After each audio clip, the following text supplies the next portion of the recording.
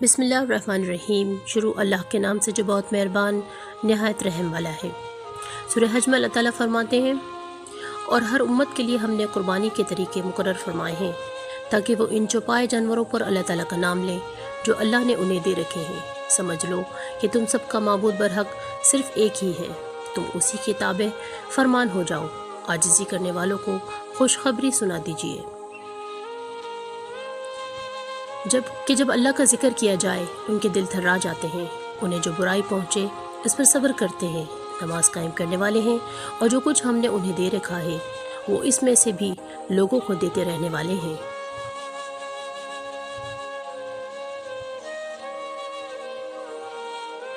قربانی کے اونٹ ہم نے تمہارے لیے اللہ تعالیٰ کی نشانیاں مقرر کر دی ہیں، ان میں تمہیں نفع ہے، پس انہیں کھڑا کر کے ان پر اللہ کا نام لو۔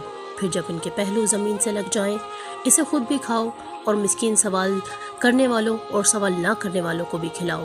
اسی طرح ہم نے چوپایوں کو تمہارے ماتحت کر دیا ہے کہ تم خوب شکر گزاری کرو۔ اللہ تعالیٰ کو قربانیوں کے گوشت نہیں پہنچتے اور نہ ہی ان کے خون، بلکہ اسے تو تمہارے دل کی پرہیزگاری پہنچتی ہے۔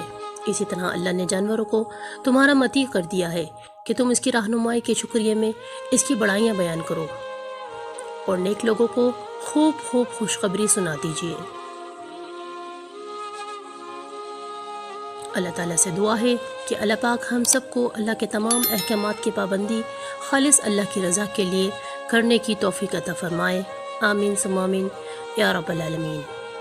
سبحانک اللہم و بحمدک، اشہد ان لا الہ الا انت، استغفرک و اتوب الیک۔